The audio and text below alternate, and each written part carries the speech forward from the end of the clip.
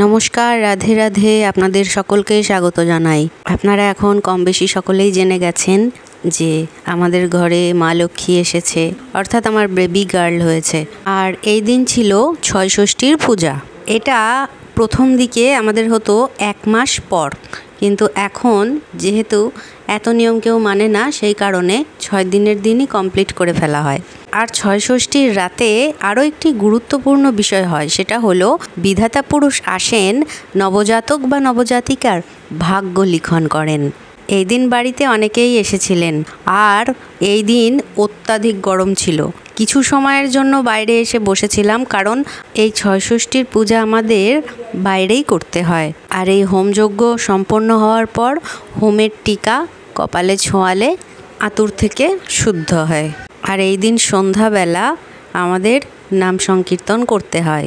আর বিধাতা পুরুষ যখন ভাগ্য লিখন করেন তারও অনেক নিয়ম আছে, কিন্তু সব নিয়মগুলো আমি দেখাতে পারলাম না, কারণ ওই সময় ছোট্ট বেবি খুব কাঁদছিল। তো এইভাবেই দুপুরের দিকে পুজো শেষ হলো। তারপর থেকেই সবাই রাতে নাম সংকীর্তনের প্রস্তুতিতে লেগে পড়েছিল। আর ছয়ষষ্ঠীর দিনটা ভীষণ গুরুত্বপূর্ণ।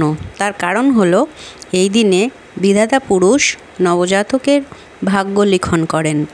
আর হরে কৃষ্ণ মহামন্ত্র সর্বোত্তম।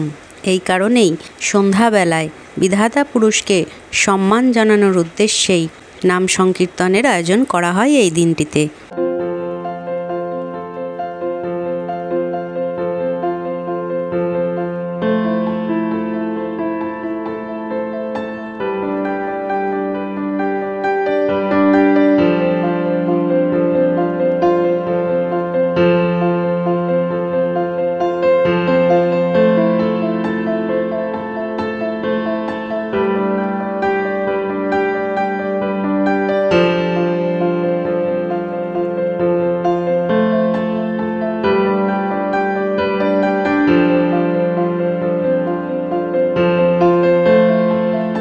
সব আচার নিয়ম মেনেই পুজো সম্পন্ন হয়েছিল।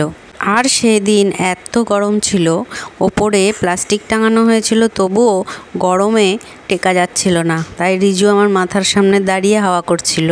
এইভাবে ছয়ষষ্ঠীর পূজার নিয়ম কার কার বাড়িতে আছে অবশ্যই কমেন্টে জানাবেন। আর এই দিনটি কেন এত গুরুত্বপূর্ণ সেটাও আপনাদেরকে বলে দিলাম। আর নিয়ম অনুযায়ী এই হোমযজ্ঞের যে ধোঁয়া, সেই ধোঁয়াটা বাচ্চার গায়ে লাগানো খুব শুভ এবং ভালো বলে মনে করা হয়। ভগবানের আশীর্বাদই এই হোমযজ্ঞের ধোঁয়া বাচ্চার গায়ে লাগলে তাকে সব বিপদ আপদ থেকে রক্ষা করেন স্বয়ং মা ষষ্ঠী। আর দেবী ষষ্ঠী হলেন আদিশক্তি মহামায়ার 6ষ্ঠতম রূপ। আর দেবীর বাহন হলেন বেড়াল। তো এই হোমযজ্ঞ আর অঞ্জলি দেওয়া এই পর্যন্তই এখানে আমার কাজ ছিল। এটা সম্পন্ন হয়ে যাওয়ার পর আমি ঘরে চলে গিয়েছিলাম।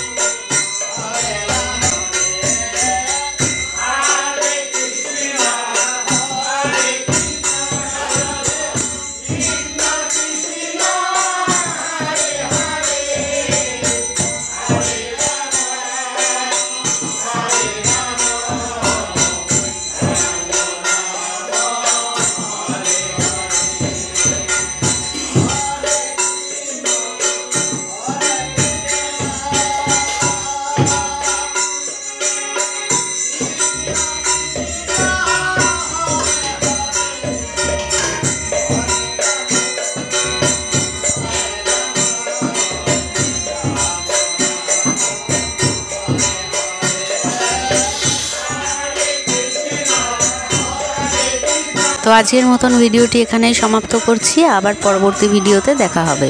সকলে খুব ভালো থাকুন।